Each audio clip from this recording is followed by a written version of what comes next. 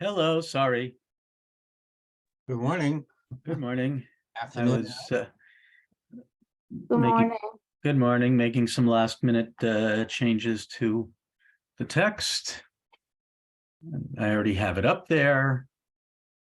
How's everyone doing today? Good. Good. Good. I got the job. Oh, Mazel tov. Congratulations. That's fantastic. Oh, that's terrific. And where And- is it? Rhineville. It's between East Windsor and Freehold. Oh, okay. And you're able to stay in your house and just Right, kind of commute there for exactly. Shabbat.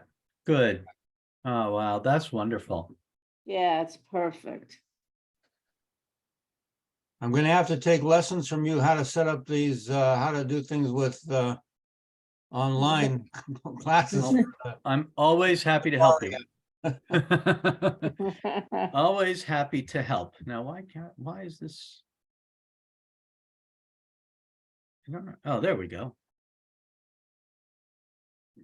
Okay. So our Shabbat on the beach may be Shabbat in the sanctuary. Yes, yes, it might be. It looks really threatening tomorrow. Yeah. That's not fun. No. It's so much nicer on the beach. And we have such a great crowd.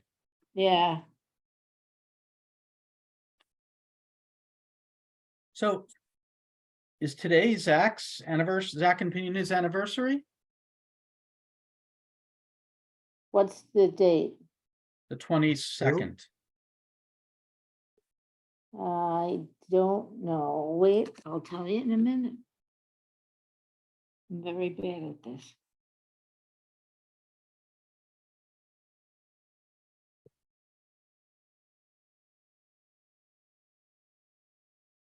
I'm getting asked June for, 22nd. Yeah. wow. I don't know, because I have this contact program, that I'm just barely starting to use because I want to create like, the whole, have everyone from the shul, and I can also add notes to it, so I know what's Yeah. going on. It somehow never been organized enough to do that, and so I'm trying this new program, and suddenly I got a notice that you have an anniversary Well, for Zach I'm Wayner, really and it's like, glad- I'm really yay. glad you did. Because otherwise I would have forgotten. So it's let me just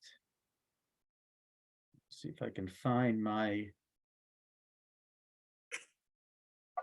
Of course, now I have to find my password, which I cannot do. Well, let's Why? try. You can't, you don't have the same password? Well, some of my passwords are different. Oh,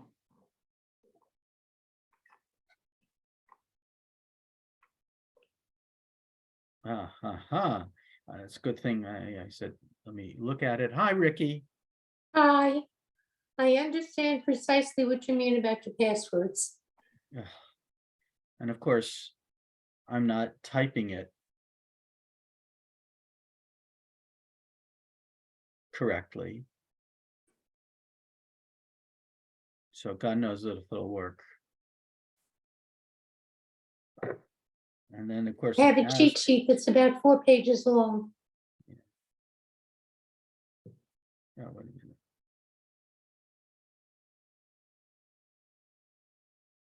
minute. Okay.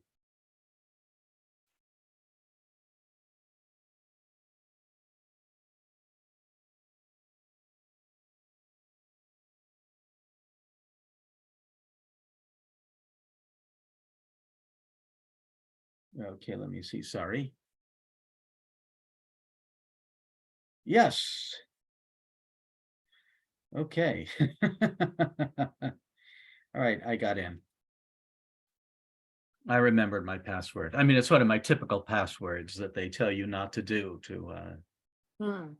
but sorry. Yeah, but we have to, because how do they expect us to remember which password we picked? Well, there's, Everybody says you should have a different password for each thing, but yeah, I can't It's remember. ridiculous. Yeah, my Because if feeling somebody wants is, to hack you, they can do it. yeah, my feeling is if they can hack into the federal government Yeah. or into Yeah. all this stuff, I'm not going to be able to stop them. Of course, they always suggest a password, which is not something that anyone could memorize, and it'll Right. stay in your password manager. I don't know. So where is everybody? I know Yehudi's having cataracts or his second cataract surgery. So And Carol's family is coming in this evening, so she's probably all finished. I oh, just I'm texted sure. Maddie. Yeah, and I don't I know don't know about about Shell.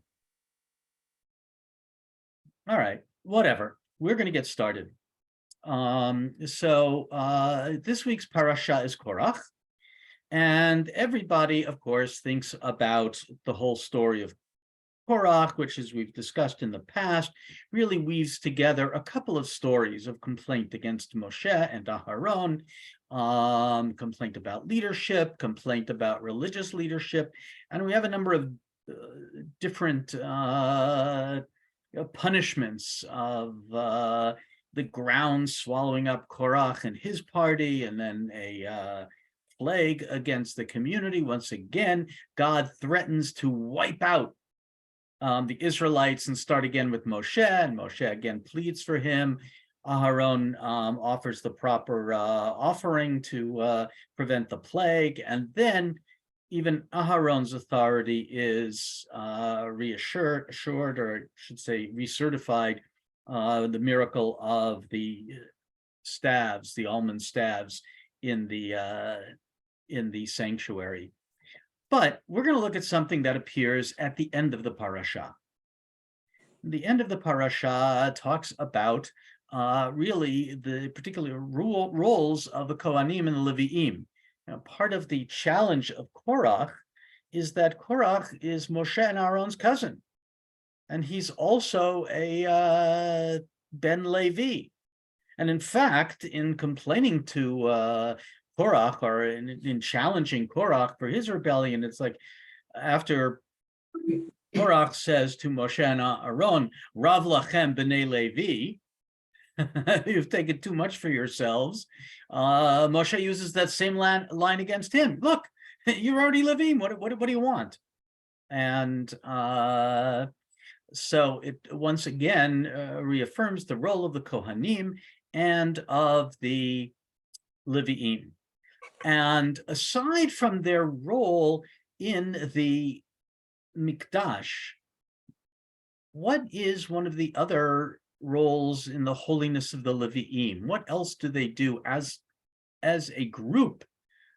They carry the Goodness. Mikdash in the travels. Right, they carry the Mikdash, but what other role do they serve?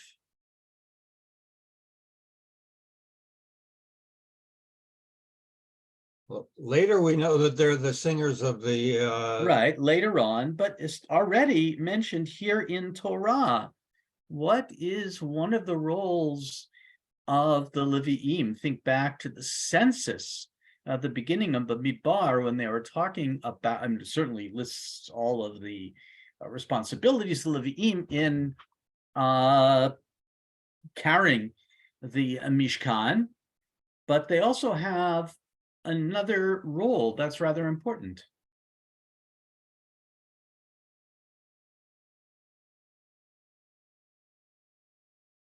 The number of Levi'im correspond more or less. There's a little less Levi'im, but they also correspond to the number of what in Bnei Yisrael? Chorim. Right, the firstborn. One of the major roles of the Levi'im is to serve in many ways in place of the Bechorim, the firstborn. Because traditionally the firstborn is dedicated to God. That's certainly true. Our first fruits, our first animals. And, we hear about that already in Shmot. But as well, the end of Parashat Korach, in the midst of talking about the Levi'im, talks about they replace the Bechorim. But, what is the role of the Bechorim? Why are they holy? So who would like to read just a couple verses from our parasha? I will. Thank you, Susie. The first male issue of the womb of every being, human or beast, that is offered to Hashem shall be yours. And you shall have the male firstborn of human beings redeemed, and you shall also have the firstling of impure animals redeemed. Okay, so normally they'd be offered to God, but you can redeem them and use them for yourselves. Go on. Take as their redemption price from the age of 1 month up, the money equivalent of 5 shekels by the sanctuary weight, which is 20 gerahs. Yeah, for those who know ancient weights and measurements. Rabbi Zucker, you might, because you were involved in It's archaeology. roughly about a pure silver, roughly about the size of a American quarter. Oh, Little bit thicker, but not by much. Yeah, So roughly a quarter. so one of these. mhm. We'll come back to that. So there is a pidyon for firstborn males and firstborn animals.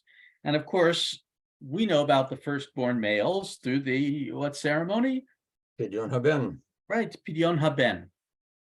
And the origin is back here in the Torah, actually not specifically in our parasha. It's mentioned here in our parasha, but it's already mentioned back in Shmot. But there are a couple of things that we could think about here when we think about Pidyon haben. Why after a month? After all, we have the, why not a week? Why not a year? Why not 8 days? Why a month? And why chamesh shkalim, or chameshet shkalim, as they say here? They're not obviously not arbitrary, and certainly they're kind of rounded numbers.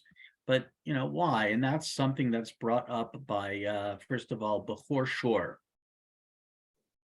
Who would like to read Bechor Shor? I'll continue. Okay, I keep going, Susie. Sorry. From the age of 1 month up, when the child arrives at the completion of a month, he is fit redeemed. Oh, he is fit to redeem. Sorry.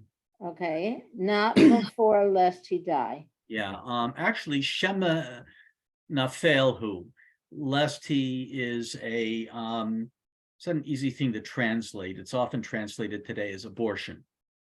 Literally something that falls. Or a stillborn. A stillborn or a miscarriage. It's used in all of those ways. But here in this case, a stillborn, or even although it's still certainly a problem, we don't think of it as much, but there is no guarantee that the child would last that long. Many children died in childbirth or soon afterwards. So basically, making sure that the child remains, before you redeem him, make sure he's alive. Is viable. Yeah, it's viable. Thank you. That's precise. That's the precise term. So, that's there are all kinds of other considerations which we'll come to when we take a look. It's also practical because though thank God we're not familiar with it that much anymore. But in antiquity, the rate of child mortality within that first month was very high. Yes. So So if you had to pay 5 shekels as soon as the child was born, you might not even want to try to keep having children. Yeah. We'll come to some of the other considerations. I also wanted to take a look at one of the midrashim because it introduces a principle of interpretation. We've looked at a couple of these over the years. You have in a traditional siddur at the conclusion of the Birchot HaShachar a whole passage of the Shalosh Esrei Midot Torah Nidreshet Bahen. Rabbi Yishmael's 13 principles of interpretation. And this is used to explain one. So we have, as I mentioned, the rule for the redeeming of the firstborn already back in Shmot. Bevanecha tifdeh, b'chol b'chor bevanecha tifdeh. All the firstborns of your sons shall you redeem. And here's the explanation. Go ahead, Susie. All the firstborn of your sons shall you redeem is a general principle, and the money equivalent of 5 shekels is a limitation. And nothing may be attributed to the general principle that is not included in the limitation. But when another general principle follows, but you shall have the male firstborn of human beings redeemed. Yeah, in Numbers, in our parasha. So you had the law back in Shmot, and then you have a limitation. But then after the limitation, you also have a statement of the general principle. Okay, go on. A general rule limited by a specific application, then followed by another general principle, must be interpreted in terms of the specific limitation. Yeah. Prat, uchlal, ufrat, ein danin ella, I'm not quoting it correctly, sorry. Ke'ein haprat. Ain't dan ella ke'ein haprat. It's right here. Why am I going anywhere? So here so this is one of the important interpretive methods. So let's see how the rabbis understand it. Here, the limited stipulates movable property that has no permanency. And so the general principle must refer to movable property that has no permanency. Yeah, here they're talking about, they're learning what do you mean by chameshet shkalim. Why shkalim? We think of there's currency. I mean, literally, coins and bills. That's how we think. But in the ancient world, that was not at all how they thought. That was certainly very much part of any transaction. But, you had produce, you had animals, there were all kinds of things that were also used. And so what the rabbis learn is that because they said shkalim, then we're talking about mitaltalim, literally things that can be carried, movable property. From this, the sages concluded that the firstborn of man may be redeemed with anything except slaves, bonds, or land, for they have permanency. What's a good, Rabbi Zucker, I'll ask you, I couldn't think of I'm just using their translation. She'ein bahen achrayut. So literally, they have no responsibility. Responsibility, yeah. But, Yeah. there are different modes of exchange, and there's something different about a slave, a bond, or land, which are not, they're not as portable, if you will. I mean, human beings certainly can move, and bonds, but things that are written down or in contracts, it's a little bit different than, something you can just, move with your hands. Okay, go on. All firstborn of your sons, Exodus, if a man has 5 wives who were virgins, and they gave birth to 5 sons, must he redeem them all? Yes, For all that opens the womb that is a male, you shall redeem. Okay, so this is actually kind of another topic. That the firstborn of the mother must be redeemed, even, and at least in the thinking of the rabbis, people could have more than one wife. And so let's say you have here 5 wives, and each one gives birth to a son. Well, then you have to redeem all of them, because what's really said is kol peter rechem, everything that opens the womb. So that's a firstborn child, in this case, a male. Okay, go on. The Blessed Holy One said, the firstlings are the priest's property and not considered as a gift. Okay, Why so did- yeah. So normally things might be considered the priest's property, not really a gift. And indeed, the money we give to a Kohen is not in the same level as tithes and other things that are given to Kohanim. Go on, sorry. Why did scripture need to say all firstborn of your sons? To point out that if a man's father did not redeem him, he must redeem himself.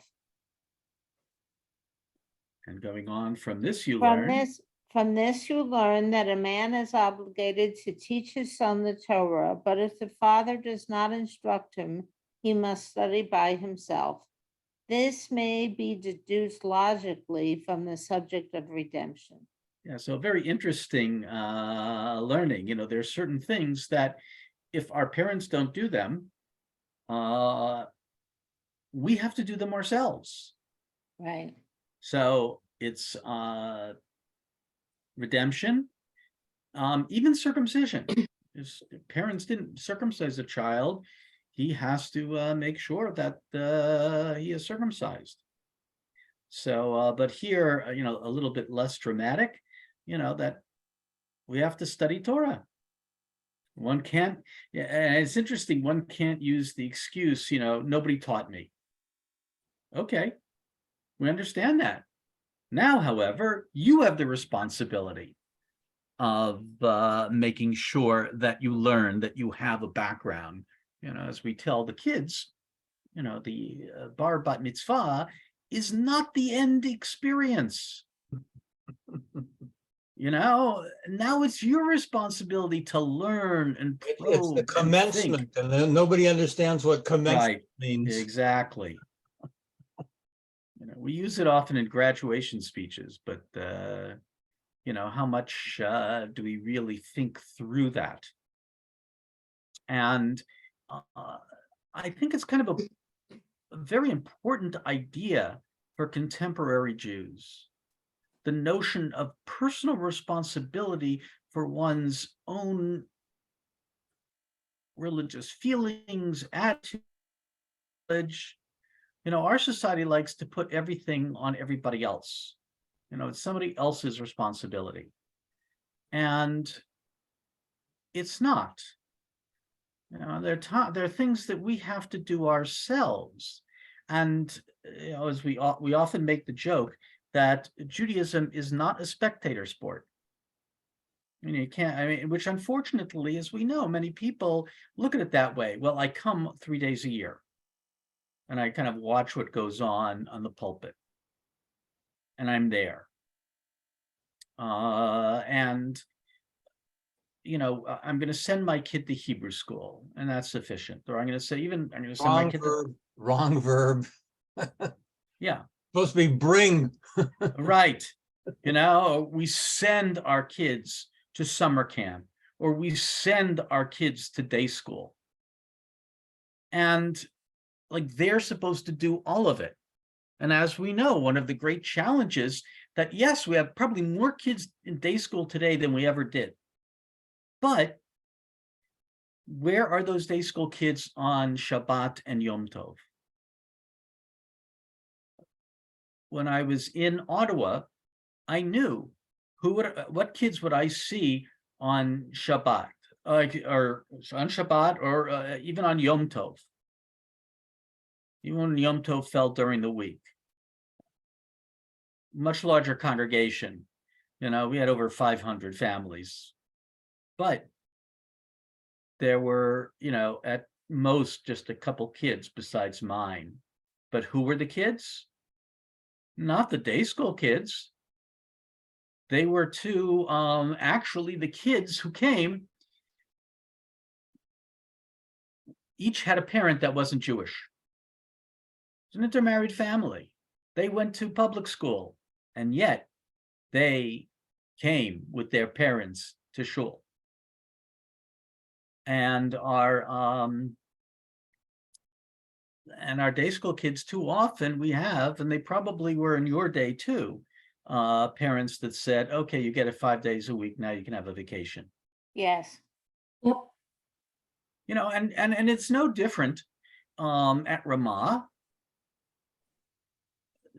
Kids are sent to Ramah, but then they come home, and despite the fact that they have this incredible experience and they love camp and they keep coming back to camp, there's not a lot that's really continued sometimes at home.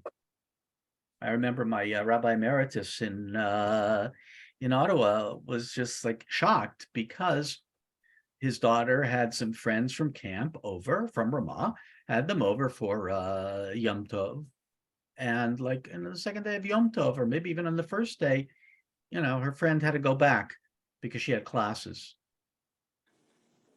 You know, it's a Ramah kid. So it's, you know, this. And also today, you know, people don't know anything.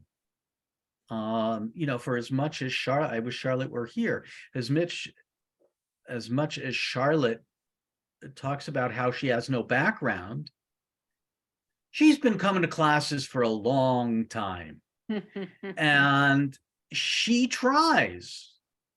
And she actually knows a lot more than she thinks she does. Because she's been coming to classes, because she pays attention. And, you know, Alavai, we had people that really made that effort to learn. You know, I don't understand this. Well, how are you going to understand if you don't come, if you don't show up? My secretary in Kansas City, who actually belonged to another conservative shul, you know, she would talk with her friends who would occasionally come to shul. So, you know, I don't understand what's going on. And she would say, well, why don't you come more often? And you'd know what's going on. So, you know, this is I think, a very powerful message for us today. Pidyon Haben, which unfortunately people don't do very much anymore. I don't know, Rabbi Zucker, have you seen a drop off in families doing Pidyon Haben? It's, you know, it's the conditions end up being difficult to be qualified for it. In my career, I've only officiated or known of 5 cases over 40 years. Wow. Wow. And I remember every family used to have, of course, we used silver dollars. Yeah, everyone would have a collection of 5 silver dollars that would be used and be passed through the family for the Pidyon Haben. And it's kind of interesting, not that I'm upset about people making a big deal about the Brit Milah. I'm very thrilled that they do that. And, you know, more and more people are doing a Zevet Bat or Brit Bat or Simchat Bat. You know, I love all that. But in some ways, especially for a Brit Milah, you don't have a lot of time. The child's born, you got to organize it. I mean, I know that people know ahead of time, but a lot of people still don't want to know. And, you know, often, you know, it's hard for people like at the last moment to get somewhere. Whereas if you want to do a Pidyon Haben, you give people a month to prepare. You know, maybe you can come and, you know, the mother's feeling a lot better. You know, the poor mother, you know, we do this whole big thing of Brit Milah. Her hormones are all over the place. She's learning how to deal with the new child. And now she's got to come and like, oh, yes, I'm, you know, presenting myself to my family and my friends for the Brit Milah. So it's, they're just, sorry, I have to give a little bit of a sermon on the parasha since we don't do sermons on Shabbat morning anymore. But I think that this is an important idea, the sense of personal responsibility. The other thing comes about, why don't people join synagogues? That's more important because it affects them forever. I mean, if you do a Pidyon Haben, you do it once and then that's it. Well, and not joining, one of the reasons that people don't join synagogues is because their parents are paying for them. Mhm. Their parents will buy them a ticket because they're only going to go 3 times a year. Or people take advantage of synagogues because their parents will pay for it. Now, I'm all in favor of parents supporting their children's Jewish lives. And certainly when it comes to education, you see the costs of camp, the costs of belonging to a synagogue, the costs of a day school are all considerable. And I think it's wonderful when grandparents can support that. And even though a child is grown, grandparents should still support their Jewish lives. But, at a certain point, as I'm not there yet, getting there, but not there yet, you want your kids to grow up and take responsibility. And I was so glad that, some young people have joined our congregation, that they're not depending on their parents. They're now, full-fledged members. But unfortunately, we had, again, back in Ottawa, there was a whole influx of Jews into Ottawa when there was concern about succession in Montreal. And yet the Jews from Montreal, it's like, well, Montreal's the big city, even though Ottawa is the capital. Montreal is the big city. And they would go back for everything. You go back for shopping, but that's where you go for the high holidays. Then, we see it that people will come to their parents and not support a congregation, their local congregation, or make a decision about what they want religiously. So there's a lot contained in this midrash from Tanhuma. So I also brought in, so we should look at what are some of the laws of Pidyon Haben. Let's learn a little bit about Pidyon Haben. And rather than look at a million different sources, I simply took it from Otsar Dinim Uminhagim, work that was put together early in the 20th century. And it's a wonderful digest of, as it says here, Otsar Dinim Uminhagim, a collection of laws and practices, or customs. So it's a great place to look up different elements within Jewish tradition. Ricky, do you want to go on? Sure. Redemption of the firstborn son. The redemption of the firstborn son from the Kohen. It is a positive commandment to redeem a firstborn male from his Jewish mother, even if he is not a firstborn of the father. As it says, but you shall have the male firstborn of human beings redeemed. Take as their redemption price from the age of 1 month up, the money equivalent to 5 shekels by the sanctuary weight, immediately after 30 days at the price of 5 Selaim. Selaim. Yeah, it's another way of saying, 5 pieces of silver. So here it is the firstborn of the mother. Interestingly, not of the father, and of course, obviously, the Jewish mother. So, and notice, the verse they take it from is from our parasha. Mhm. Well, that goes back to the previous thing that we were discussing, that if a man has 5 wives, 5 virgin wives. Right. Yep, he's You got to know, redeem all of them. Right. Yeah, it's, I am more, I can't even imagine being happier with one wife. I don't know how they dealt with, 2, 3, 4, 5, and it never seems to work out so well for the people in the Bible. Yes. So it's Never. like, Right. okay.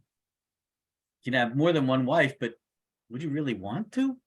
It's like, and then, we had this program, which I never watched, so I shouldn't comment on it, but the whole nonsense of, sister wives. Yes. Like, oh my Oh, God, yeah, I won't watch that. it's like, give me a break here. It's not, we in the Interesting. Ashkenazic It's community. fallen apart. Oh, Hmm? yeah, After all that time, it's fallen apart. yeah. Well, Rabbeinu Gershom, one of the great scholars in the Ashkenazic world at the turn of the millennium, decreed that we may only have one wife. That worked in the Ashkenazic world, but I'm very, very grateful to him.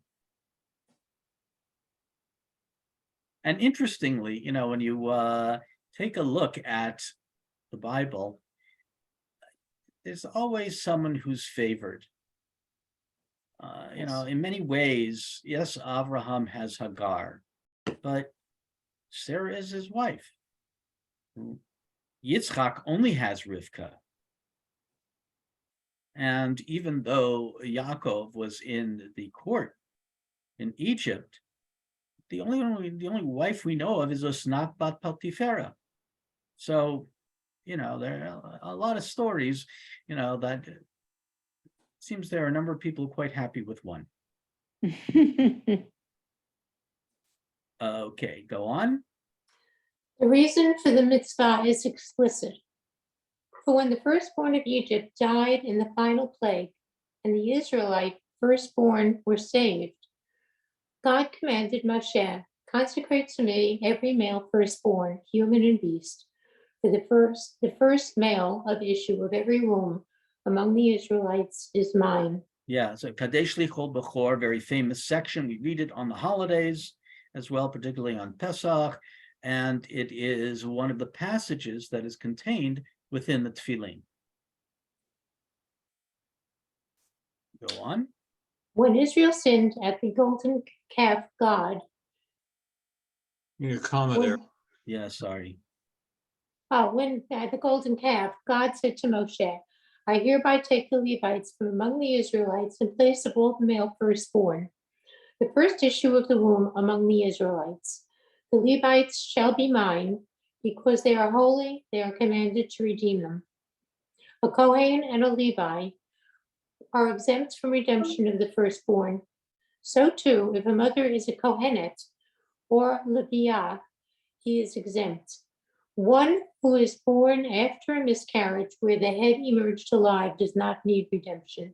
Yeah, so again, that goes back to what we were looking at in the Bechor Shor, that unfortunately there's a much higher rate of child mortality, not just in the womb, but after the child emerged.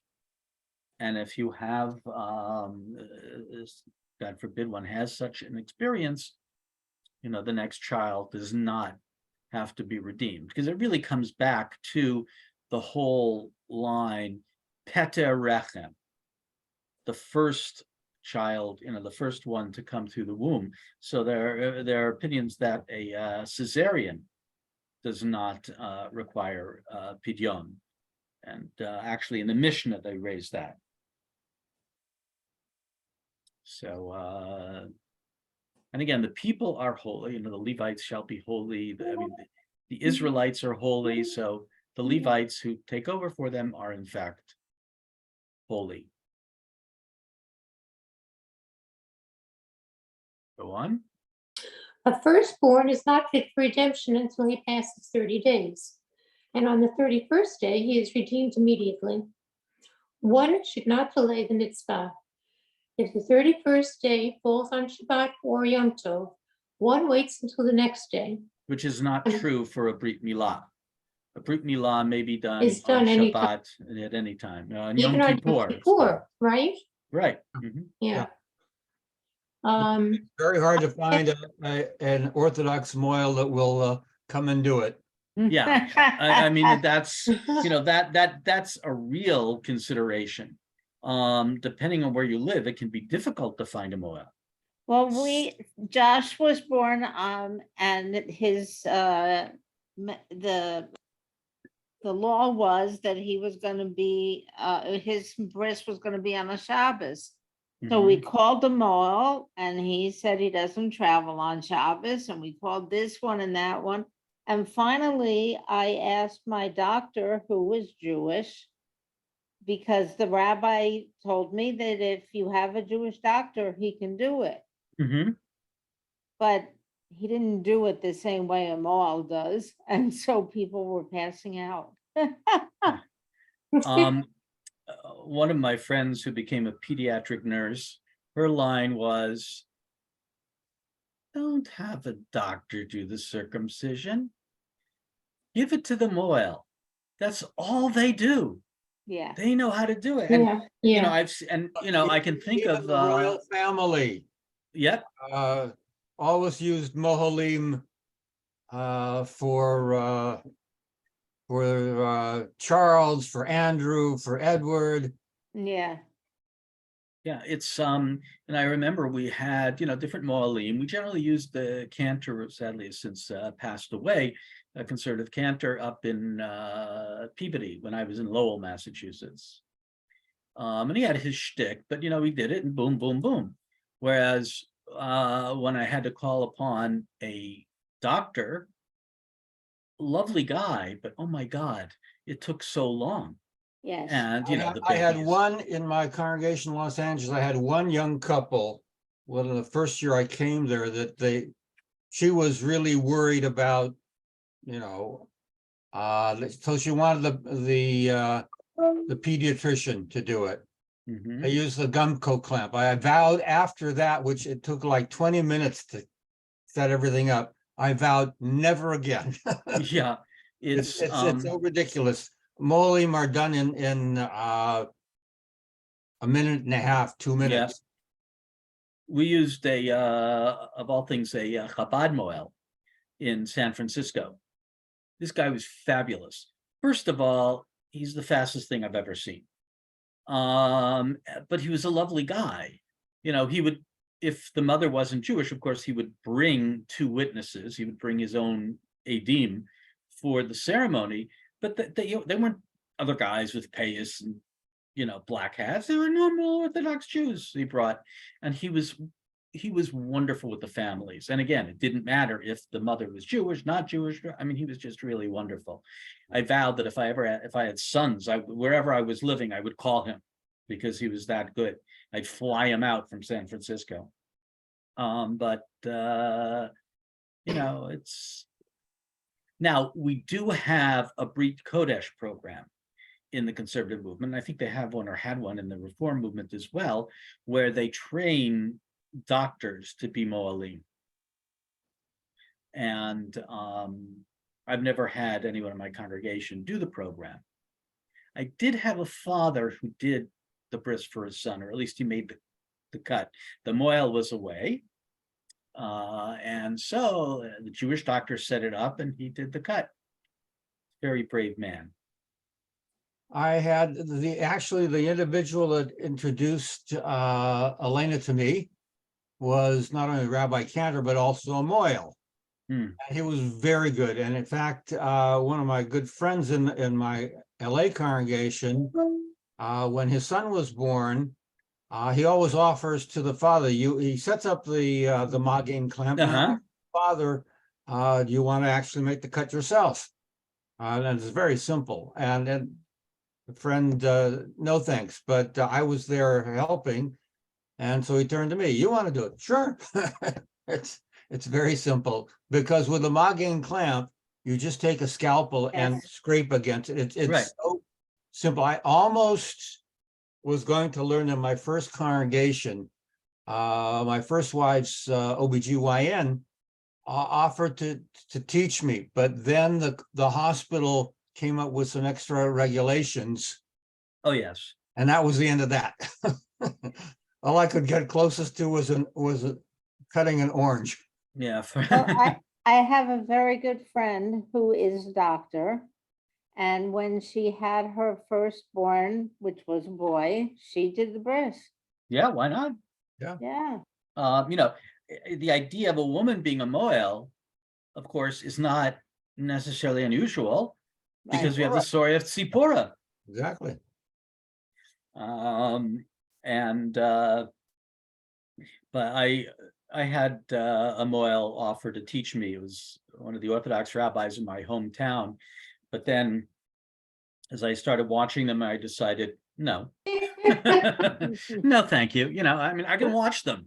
I don't faint, I'm fine, but oof. And you know, of course, there were a couple of times I actually was that when they had to do it surgically. So there was a couple of children from the former Soviet Union, and we had to do them surgically because then they also had adenoids or tonsils out or whatever. And you know, that was very interesting. That's of course, again, doctors were slow because the doctor who was dealing with the adenoids said, "What's taking you so long? I'm done up here." And but it's also very interesting because, of course, they don't use a knife; they use an electric knife, Ooh, which cauterizes the wound. It's and burning flesh is not a pleasant smell. Ugh.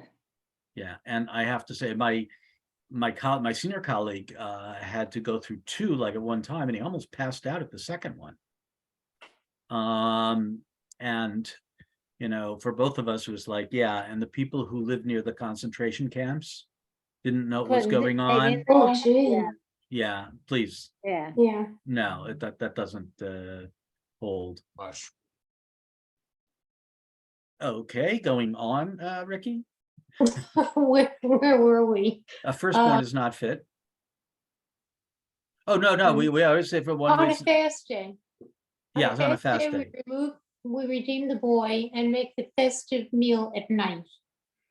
The mitzvah of redemption does not depend on the mitzvah of circumcision. Therefore, if 30 days have passed and they were not able to circumcise him because of illness, this does not hold up the mitzvah of redemption. Interesting. Yeah, And what I, redeem him at Yeah. this time? A person whose father did not redeem him, his mother is not obligated to redeem him. And the firstborn is required to redeem himself when he becomes an adult. Oh, that's kind of interesting because Yeah. actually, Because, yeah, I thought you said it was the other way around. well, that's what's so interesting, is that you would expect that if, you know, it has to be the firstborn of the mother, she would also have that obligation to redeem him. And if I remember correctly, and Rabbi Zucker, you can certainly correct me if I'm wrong, but I think that if a child is not circumcised and his father doesn't circumcise him, his mother is in fact responsible. You Wait, got I've me got- on that one, but I would imagine likewise, yes. Yeah, wait one moment. I've got Klein right here. The book. It would be a good trick to have Klein in person. Alav Shalom. he's no longer around? Oops. He's been in the Yeshiva Shilmala for quite a while. Oh, okay. Yeah. Yeah, whoops, I think I just lost my whole text. He's in the cloud. Yeah, no. Sorry, let me just, I don't want to lose all this material. Now, there's a lot more actually in Otsar Dinim Uminhagim. Quite a collection. Yeah, there's a lot more about Pidyon Ben, but I didn't think that we needed to go through, all the discussions of what they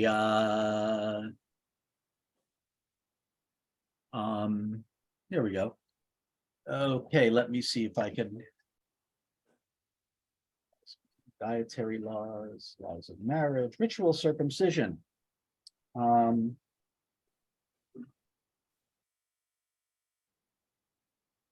Of course, the obligation to circumcise rests upon the father. If he is qualified, he has the prior responsibility. If he's not qualified, he appoints someone who is. And of course, that's why we have Mohalim. We can all look at each other now. We don't need the text.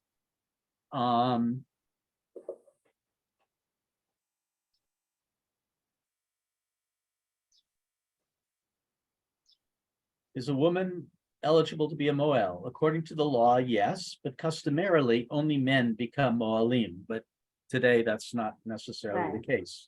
In the reform movement, quite a few women women doctors have signed up for that. Yeah, and actually, I'm sorry about the noise in the background. They came to cut the grass. And we have a number of conservative women as well who have taken on the responsibility. Now, of course, a Gentile doctor is not acceptable because he's not a member of the tribe, basically. Right. So only someone who's part of the tribe can really do this. And in fact, if someone has a circumcision done by a Gentile doctor, It's not counted. yeah, he still has to have hatafat dam brit, to have to still draw a drop of blood from the spot. He does not say here if the mother has the responsibility, which is kind of interesting. It's a Klein, the book A Guide to Jewish Religious Practice, first of all, was at this point put together many, many years ago. Right. It was originally designed as a series of helpful pamphlets for rabbis, and then after Klein's death, it was assembled into this work. And it's still very useful and still very helpful, but there's been a lot of change and growth and development in a number of the issues. And actually, first of all, there are a lot of papers available online from the Rabbinical Assembly Law Committee, Law and Committee and Standards. And why am I suddenly blanking on the name of the book? Cohen's and Katz, Pardon me? Cohen and Katz, their volume. I think so. I've got. Yeah, that's in my office, so I don't have it here. The Observant Life. Yeah, The Observant Life. That certainly goes a long way in talking about a number of things. What's so wonderful about that book is it, takes someone through a Jewish day and a Jewish year, and it goes into a lot more detail. So that, you kind of need Klein and that, without question. So that's all for today. I just thought, first of all, it's a little crazy this week for some reason. But Are I we just- going to have this class every Friday, every Thursday through the well, summer? that's what I wanted to ask. No. Could we take a break at least in July? I don't know everyone's vacation schedule. Maddie's going to be away in August. Mhm. Shell is also going to be away, but at the end of August.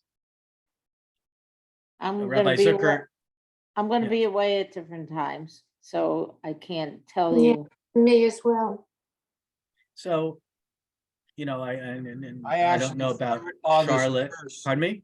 I start August 1st for Perrineville, Okay.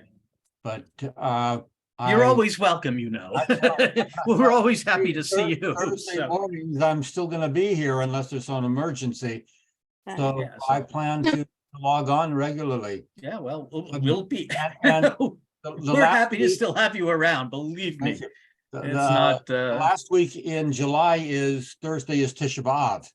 so, Plus we also have I think the first week is Shiva Asar B'Tammuz. right, yeah. Are we having Tisha B'Av? Are we having a reading in shul? Yes. And I don't know, maybe, maybe we'll be able to do something for Tisha B'Av. When is Maybe- Tisha B'Av? The 25th and 26th, I think so. or It's my Uh, husband's yurt site.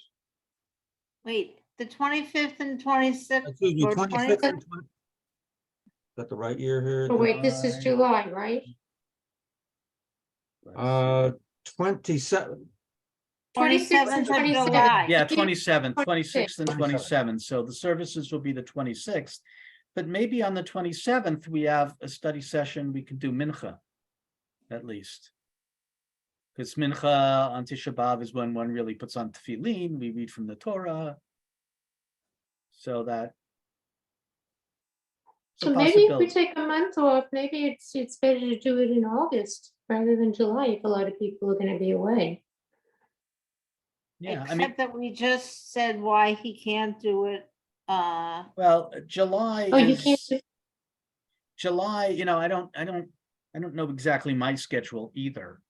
But, I'm thinking, well, I think that Yehudi is gonna be somewhat hit and miss for a little while. He's had his surgeries, but then until his vision comes back and, Yehudi is Why don't we think about it? We've got another session still next next week. week. We'll hopefully have more people. Yeah, We'll get a better reading Right. on Yeah. how they want to have it. 'cause Okay, I'm happy to take a break because again, I don't know my schedule. I've got to go visit Ramah. I've got to, we're going to That Michigan, would be in July. or most no? likely, yeah. Okay, Because I want to see, So one your is, thought is in-person Tisha B'Av night? well, no, I think I would like to do it in person on Tisha B'Av night. Right, right. Because oh, we, wait, that's the 27th. no, that's it's the the 26th. 26th, It's the Wednesday night, the evening of 26th. 26th. And then, but maybe on the 27th, again, I don't know people's schedule, but if everyone's available at noon, well, I would do it probably later at 1. Because then we could do mincha. If we can advertise it and see if we can get a number of people. All right, But Well, I mean, that's, listen, I know that people may not be Or here. online. So, pardon me? You're thinking in person or online? In person. We're On, gonna have I would like to have a minyan. I would like to, really be able to daven. And we have been, this is, our congregation has been trying to emphasize in person to bring people together. mhm. So that's what we're thinking, I mean, I don't know. I mean, it's, Okay, even, Uh, though we normally have a great, for us, a really good turnout on Tisha B'Av, some of those numbers have dropped. I mean, Yehudi certainly will not be able to make it. Right. Joel and Judy might, but I don't know for sure. I wouldn't want to, pressure him on that. And, again, it depends. Where is everybody? People go away and, so if I remember correctly, uh,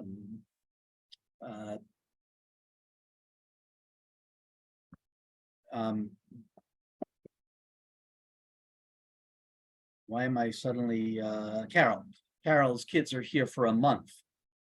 yeah, They're Ramah for a month. So, but then, they may hang around for a little bit. She might spend some time with them, and that will be toward the end of the month. So, again, I don't remember all of Shell's schedule or Maddie's schedule. I don't remember I'm pretty sure they're leaving in August for Israel, but I don't remember for sure. as I suggested, let's look and question the group next week. Yeah. I may even send Okay. out an email.